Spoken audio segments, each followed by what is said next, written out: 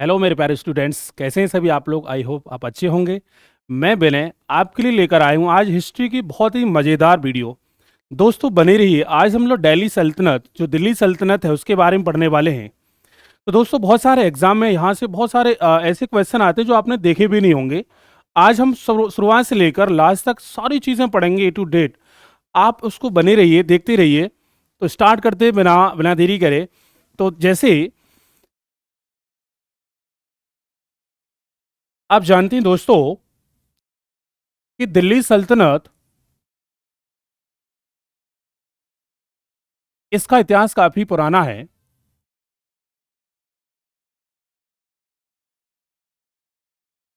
तो दोस्तों दिल्ली सल्तनत का जो समय है, दिल्ली सल्तनत का जो समय है दोस्तों, वो आपने देखा होगा। मोहम्मद गौरी अपने गुलाम सेनापति, जिसे कुतुबुद्दीन ऐबक कहते हैं, उसको भारत का दिल्ली का गवर्नर बना के छोड़ के गया था। तो ऐबक जो है, जब मोहम्मद गौरी मर जाएगा तो उसके बाद में दिल्ली के ऊपर शासन करेगा। तो इसका जो समय रहेगा दिल्ली सल्तनत का दोस्तों, वो 1206 से, और जब तक दोस्तों मुगल आएंगे, मुगलों में आप देखते हैं बाबर आएगा, और बाबर 1526 में दोस्तों पानीपत का युद्ध लड़ेगा। तो यहां 1206 से 1526 के बीच में दिल्ली सल्तनत का समय रहेगा। तो दिल्ली सल्तनत में इसके बीच में दोस्तों 5 वंश डायनेस्टी होंगे जो शासन करेंगे। 5 वंश में से अगर हम देखें तो किस वंश का शासन कब रहा है, तो इसका समय भी पूछा जाता है। सबसे पहला क्वेश्चन तो यहां से यही बन जाता है कि दिल्ली सल्तनत पर सबसे ज्यादा शासन किसने किया, सबसे ज्यादा रूल किसने किया, सबसे कम शासन किसने किया। तो दोस्तों हम देखते हैं कि किस तरीके से इनका सीक्वेंस रहा है, कौन वंश पहले आया। तो दिल्ली सल्तनत के लिए मैं आपको एक ट्रिक बताता हूं दोस्तों, इजीली ट्रिक रहेगी जिसको आप आराम से देख सकते हैं और आपको याद भी हो जाएगी। दिल्ली सल्तनत पर एक ट्रिक है दोस्तों, और ट्रिक का नाम है गुड़ खा तसला में। क्या है दोस्तों? गुड़ खा तसला में। हालांकि दोस्तों काफी फनी भी नजर आ रही है आपको, लेकिन ये आपको इजीली चीजें याद कराने में आपको मदद करेगी ये ट्रिक। तो हम देखते हैं कि गुड़खा तसला में इसका, अगर इसको क्लासिफाइड करें तो क्या इसका सेंस रहेगा। तो दोस्तों गुड़ से आपको याद रखना है गुलाम वंश। कौन सा दोस्तों? गुलाम वंश। ये गुलाम वंश दोस्तों सबसे पहले दिल्ली सल्तनत के ऊपर रूल होगा इसका। इसका जो गुलाम वंश का जो समय है वो 1206 से दोस्तों 1290 ईस्वी तक इसका समय रहेगा। देन दोस्तों खालसे अगर हम बात करें तो खालसे दोस्तों खिलजी वंश, यहां खिलजी वंश की बात होंगी। खिलजी वंश, ये जो खिलजी वंश है दोस्तों, इतिहास में आपने एक देखा होगा सीक्वेंस चलता है, किसी का लास्ट होता है तो किसी की शुरुआत होती है। तो यहां 1290 से इसका समय स्टार्ट हो जाएगा दोस्तों। तो 1290 से 1320, इसमें ये जो 30 साल का जो लंबा समय है, ये जो बीच की अवधि है दोस्तों, वो खिलजियों की रही है। ठीक है ना। देन उसके बाद तीसरे की बात करें दोस्तों, तो ता से आएगा तुगलक वंश। कौन सा आएगा दोस्तों? तुगलक वंश। तुगलक वंश। तुगलक वंश का जो समय होगा दोस्तों 1320 से यहां से स्टार्ट हो जाएगा, और ये 1414 ईस्वी तक इसका समय रहेगा दोस्तों। ठीक है ना। देन उसके बाद में, तुगलकों के बाद में, यहां दिल्ली सल्तनत पर एक वंश होगा जिसे आप सैयद वंश के नाम से जानेंगे। सैयद वंश। यहां से सैयद वंश आएगा। यहां इसका समय दोस्तों कितना हो जाएगा? 1414 से 1451 ईस्वी तक इसका समय रहेगा दोस्तों। ये बीच में इनके कमांडर होंगे सैयद वंश में। इसके बारे में आपको पूरा डिटेल बताऊंगा। तो सेनापतियों का वंश ये रहेगा यहां। देन इसके बाद में दोस्तों ये हमारा ला से हो जाएगा दोस्तों लोधी वंश। कौन सा हो जाएगा? लोधी वंश। और जो लोधी वंश है दोस्तों, वो 1451 से 1526, जब तक भारत में मुगल आ जाएंगे दोस्तों, और मुगल क्या करेंगे, दिल्ली सल्तनत जो है, दिल्ली सल्तनत का अंत कर देंगे। और उसके बाद में मुगलों की शुरुआत हो जाएगी। तो मुगल डायनेस्टी अलग है दोस्तों। तो आप यहाँ ऐसे नहीं करेंगे कि माँ से मुगल हमने कर दिया, कई सारे ऐसे लोग बता देते हैं, लेकिन ऐसा नहीं है दोस्तों। यहाँ दिल्ली सल्तनत यहीं पे खत्म हो जाएगी और इस तरीके से इसके आगे जो हमारा पार्ट होगा हिस्ट्री में वो मुगल डायनेस्टी का होगा। तो दोस्तों इस तरीके से ये 5 वंश हैं। यहां से अगर हम बात करें तो ये सीक्वेंस आपको याद रखेंगे, जैसे गुड़खा तिसला में। आप चाहें तो इसका स्क्रीनशॉट भी ले सकते हैं। चलिए देखिए, अब बात करते हैं दोस्तों। यहां से सवाल बनता है कि भाई सबसे ज्यादा लंबा शासन, सॉरी,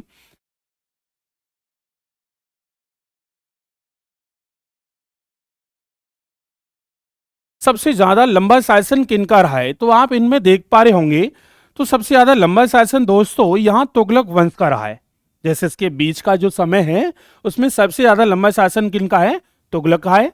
और दोस्तों सबसे कम की बात आती है तो जस्ट ऊपर खिलजी वंश का रहा है, जो सबसे कम रहेगा। ठीक है ना।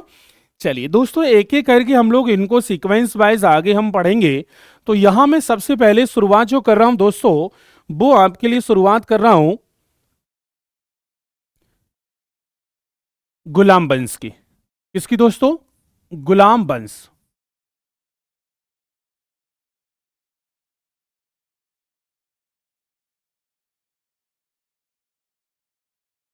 ये जो गुलाम वंश है, अभी मैंने आपको जैसे बताया कि 1206 से 1290, 84 साल तक दोस्तों इसका दिल्ली के ऊपर रूल होगा गुलाम वंश का।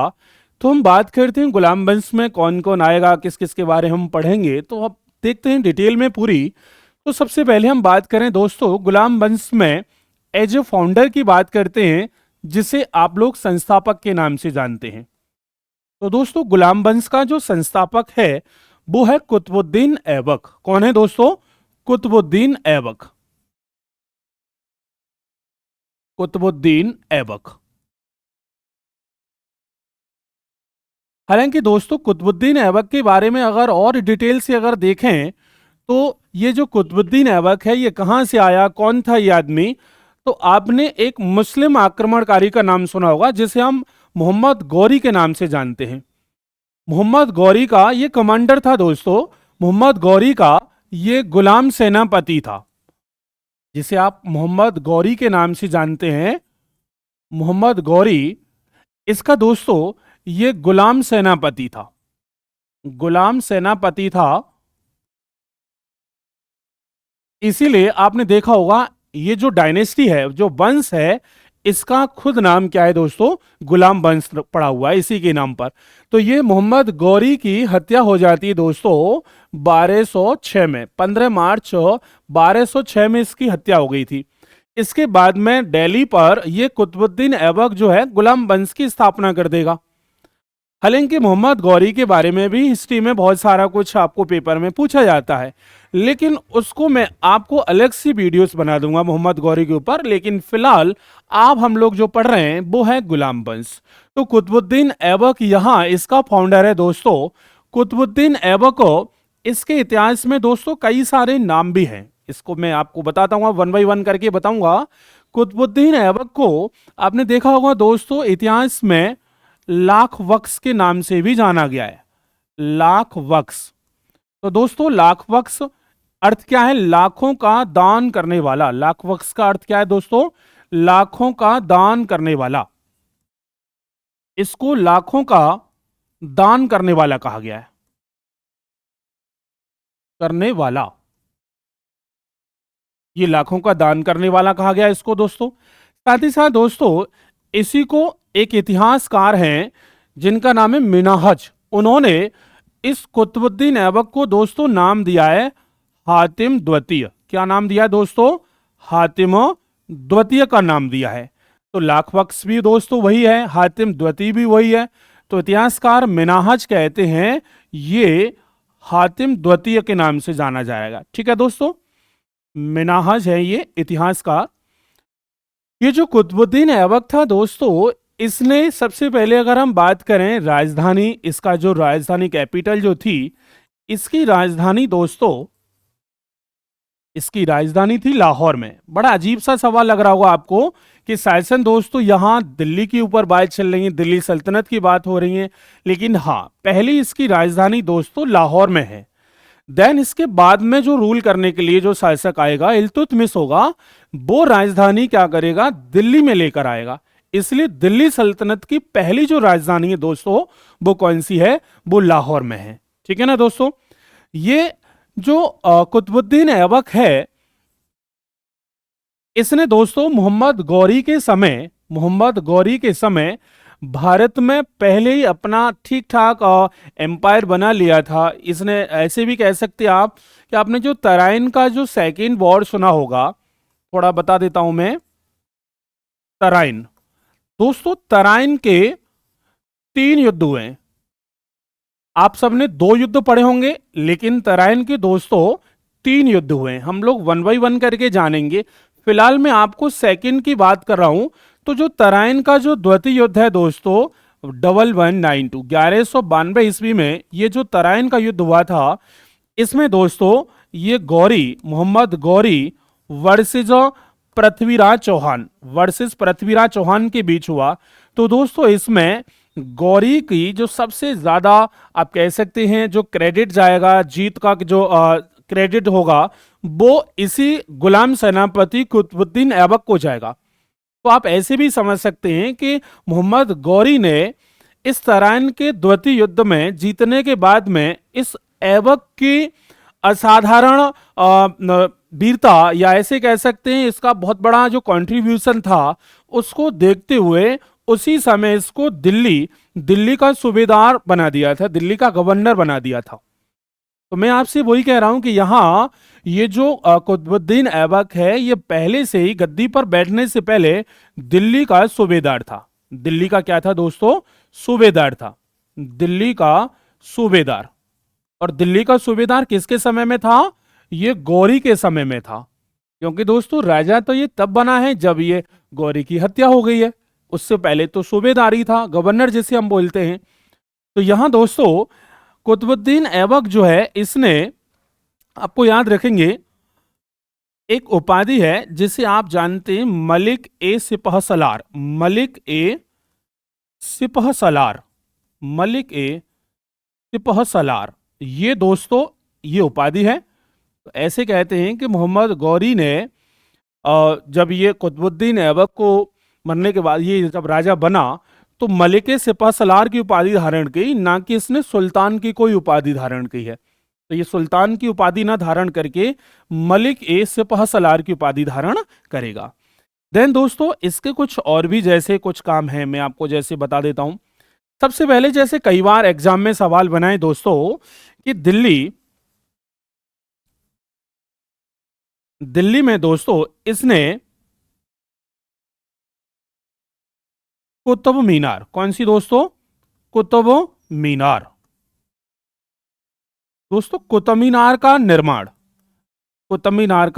निर्माण इसने प्रारंभ करवाया था। ठीक है ना दोस्तों। हालांकि कई सारे ऐसे एग्जाम हैं जिनमें कुतुब मीनार से रिलेटेड बहुत सारे सवाल पूछे गए हैं। तो मैं आपको थोड़ा सा बता देता हूं कि जो कुतुब मीनार है, ये ईंटों से निर्मित है, दिल्ली में सबसे ऊंची मीनार है। अगर इसकी बात करते हैं स्टार्टिंग की, जो नीम बेस रखा है वो कुतुबुद्दीन ऐबक के द्वारा रखा गया है।